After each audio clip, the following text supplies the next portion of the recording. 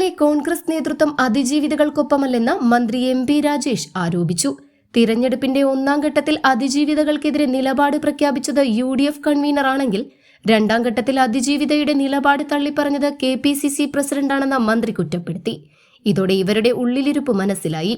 രാഹുൽ മാങ്കൂട്ടത്തിനെതിരായ അതിജീവിതയുടെ പരാതി പോലീസിന് കൈമാറിയതിൽ അഭിമാനം കൊണ്ട KPCC പ്രസിഡന്റ് ഇപ്പോൾ പരാതിയെ തള്ളിപ്പറഞ്ഞതോടെ കോൺഗ്രസ് നേതൃത്വം വേട്ടക്കാർക്കൊപ്പമാണെന്ന് വ്യക്തമായതായും മന്ത്രി കൂട്ടിച്ചേർത്തു. പാലക്കാട് കൈലിയാട് KVUP സ്കൂളിലെ 15-ാം വാർഡിലെ 2-ാം നമ്പർ ബൂത്തിൽ വോട്ട് രേഖപ്പെടുത്തിയ ശേഷം പ്രതികരിക്കുകയായിരുന്നു മന്ത്രി M.B. രാജേഷ്.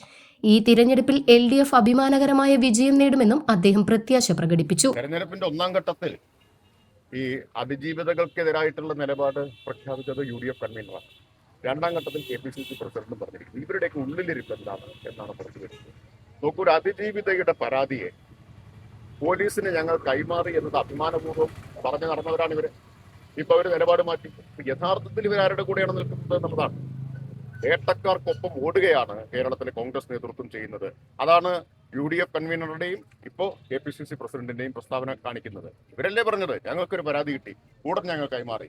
ഇപ്പൊ പരാതിയെ ചോദ്യം ചെയ്യുന്നു, പരാതിയിൽ സംശയം പ്രകടിപ്പിക്കുന്നു. ഇവരാരുടെ കൂടെയാണ് നിൽക്കുന്നത്?